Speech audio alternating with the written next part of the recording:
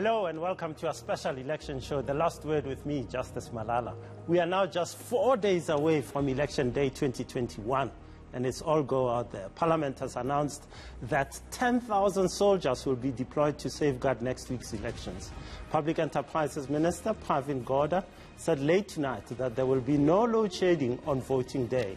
He said it as if he was doing us a favor when his job is to ensure there is no load shedding at all. I'll speak about this later on in the show in our comment of the day, so please stay with me. Before our comment, I'll be speaking to IFP President Velekosini Hlabisa about the party's election prospects.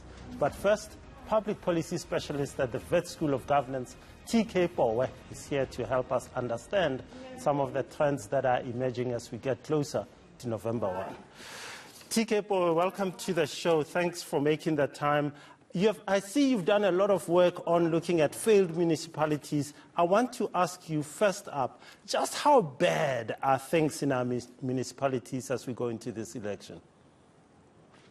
Evening, Mr. Justice. No, things are exceptionally bad because I know people always speak about the Auditor General's reports, but I always tell people the Auditor General report simply, it's a very basic instrument. It says, can you account for the money you have used? And I think by that using that very simple barometer, we can see things are exceptionally bad in places like the Northwest, Eastern Cape, and other places. But for me, what makes it exceptionally bad is look at the state of the financial state of most municipalities. Exclude some of the metros, the big ones, Joburg, City of Cape Town, Ekurhuleni.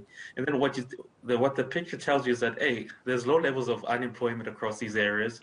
2, a lot of those municipalities don't know how to generate revenue outside of raising rates and taxes for normal citizens like you and I. And all this really spells a very disastrous picture. It says that in the event that, let's say, City of Joburg or Cape Town were not to exist into South Africa, just ignore them. That basically means you take about close to over 60% of the South African economy out of play. And that, for me, is a better picture of how bad municipalities are, especially if you look at rural and non-metro municipalities. When you take what you've just said, you take that picture and look at the campaigning that's going on right now, is there a disjuncture? Do you feel like, I'll tell you, in my view, I look at it and I say, oh, it looks like it's a national election, but no one is saying anything about Khetleng municipality, which has collapsed. No, that's exactly it. I wrote on this I think on Kai FM, where I said if you had to actually look at how most political parties look, give or take, some of them have done well. Like if you read the FF manifesto, in parts, they actually speak about each ward's problems. But I think what you and I will probably agree on is how many of these problems have actually been costed. Because it's one thing for you in a manifesto to say, oh, things will be better, we govern better. But tell me, what's the number you're aiming at? Look at places like Mthatha. Look at places like where I come from, Emfuleni municipality. How much is it going to take, honestly, to actually fix the infrastructure which has been dilapidated for close to a decade, to actually get let's say, big companies to invest in there? And I think that's what's missing. And you're very right in saying it's as though people have, and that's what I always say about local municipality, it's actually very boring in actual fact, because it actually asks you one simple or two simple question, which is how much money are you going to bring into municipality? Who are you going to hire, and how are you going to make sure that the infrastructure and business comes into play? And a lot of these political parties are missing that point. And if anything, it's a bit like people are campaigning as though South Africa is not in problems and these municipalities can be fixed overnight. When in actual truth, if you do the research, it's going to take us close to another 10 to 15 years to actually fix most of our municipalities. And by fixing, I'm simply saying water runs properly. We've seen the rise of independent candidates. We've seen a lot of new smaller parties. I mean, I've been amazed at the number of T-shirts that I find are floating around of parties that I didn't even know existed. Is this a good or bad thing? Is this a response to the problems that you're talking about? In one sense, it's a positive. For instance, if I look at, as I said, I'll use what I know, places like Bushbuck Ridge, places like in Emfuleni, where you have a new political party called New Horizon. This is speaking directly to what local people are now finding, that simply big parties don't simply know what's happening in their own area, and then people are taking things into their own hands, which is a positive development. However, my worry is that because these parties are not going to win a municipality outright. Let's just all begin there. So the problem becomes in that that it's going to be a slow burn process where you get one PR council, you get one ward councillor, right? Now, what one person going into maybe a committee of finance where there's about 10 people and everybody has to vote and it's just your one little voice. Now the problem comes in that you almost get ganged, where people will make decisions even if you're there.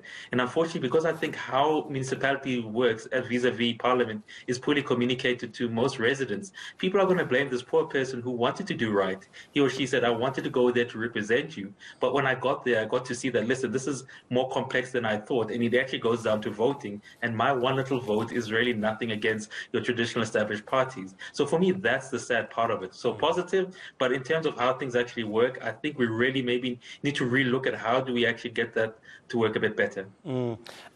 Tell me a bit about how you think coalitions will address these things if they can, or whether many of these new voices are going to be swallowed up and basically end up really just riding the coattails of the big parties. The dreaded C word, coalition. And I always say, and this maybe goes back to what you'd asked previously, when you read these manifestos, how many of these political parties, even independents, have actually taken the time to explain what principles are they going to use in going to coalitions? And I think that's always the first problem when people discuss coalitions and local government. Because what tends to happen is it's literally going to be, if you a small party, traditionally parties like, Good or in its previous iteration, I think the ID, they could get what they wanted because of that one little percent that they have. And this really raises the question of king or queen makers. And I think this is where it becomes quite problematic about coalitions, because yes, the small party will get a position, but the key thing is, does it really move the needle in terms of service delivery?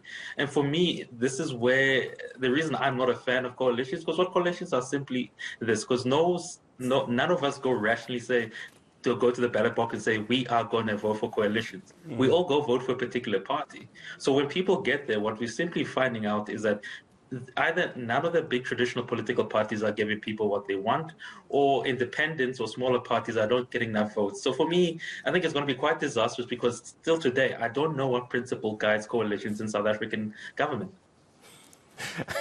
That's something that's really worth discussing with some of our politicians. But earlier in the day, in our interactions, in the show's interactions with you, one of the things that we've been talking about is this show going to go out tonight? That's load shedding, stage 4 across the nation. What impact will this have on turnout and on the governing party, the ANC? I think this is probably one of those a bit of an unknown, because for me, a bigger factor would be, is it really a wise idea to give South Africans a long weekend and then expect them to turn up to vote on a Monday? Now, if load shedding happens early on, that means some of us cannot cook, we cannot wash little people. So what really motivation have I got to go and vote for people who are my problem? So I think it's a bit of those unknown as to what will happen. Because, I mean, if it does happen, look, I'm just being as a practical citizen. If I get load shedded at a certain time between 2 and 4, my motivation is to stay home and look after what I can. So I think if they're promising us that it's not going to go to load shedding, it's positive. But for me, it's more worrying, because what you're simply saying is, because you want a positive outcome for yourself, you're going to basically burn the coal all night long to ensure that we don't get load shed. And I think that's actually quite a despicable thing to do. TK Pooe, thanks so much for your time. I really enjoyed that. After the break, IFP leader Velenkosini Hlabisa